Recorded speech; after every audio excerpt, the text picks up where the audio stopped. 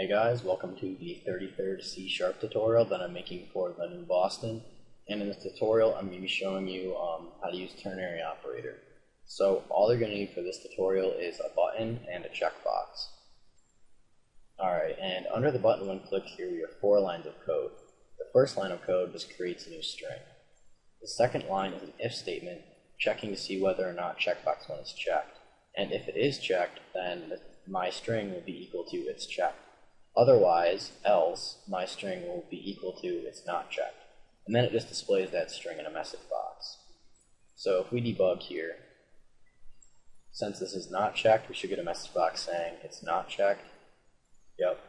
But if it is checked, we should get a message box saying it's checked. Yep. So instead of having these three lines of code right here, we could use ternary operator. And I'm just going to go ahead and comment this out. And in order to do that, you're just going to want to go up to this little toolbar up here and click these, these lines right here. And it just says comment out the selected lines. And that'll just make it so that the compiler just skips right over these lines of code. So we could type literally anything in here if we wanted, and it won't give us an error. Alright, so now we're going to use ternary operator. So first we're just going to want to create string, my string. And we're going to set that equal to, first we're just going to want to put 2 parentheses. And inside of these parentheses we're going to want to put what we want to be evaluated. And we're going to evaluate if checkbox 1 is checked.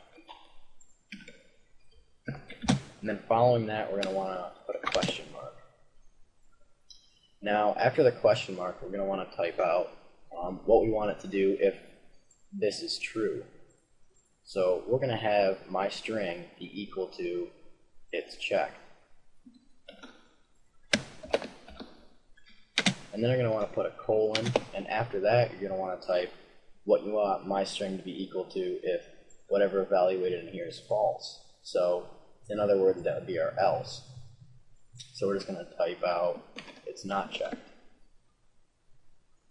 So once again, my string will be equal to either this or this, depending on what this is. So if this is true inside of here, then it will be true, and then it will do this code.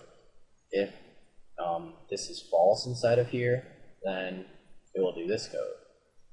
And you don't have to just use bools. Like you could say like if, I don't know, button1.text equals something. It doesn't have to just be a bool. Alright, so now this should do the exact same thing as what this did before. So now when we debug, we should get it's not checked. Yep. And when we check it, we should get a message box saying it is checked. Yep. You can also use this, you could just pass this through as a parameter in here. You wouldn't even need this my string. We could just take this code right here, copy it, and paste it right in there and not even use this string.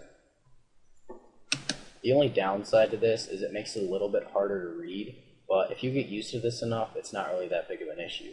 So now we only have 1 line of code, which makes it even cleaner yet. It's not checked. We check it. It's checked. So that's pretty quick, but that's all there really is to ternary operator. Like I said before though, this will cut down on the readability. If you're not used to ternary operator, then you can just use the if statement. However, this will make your code less lines, which is always what you're aiming towards as a programmer. So, see you guys.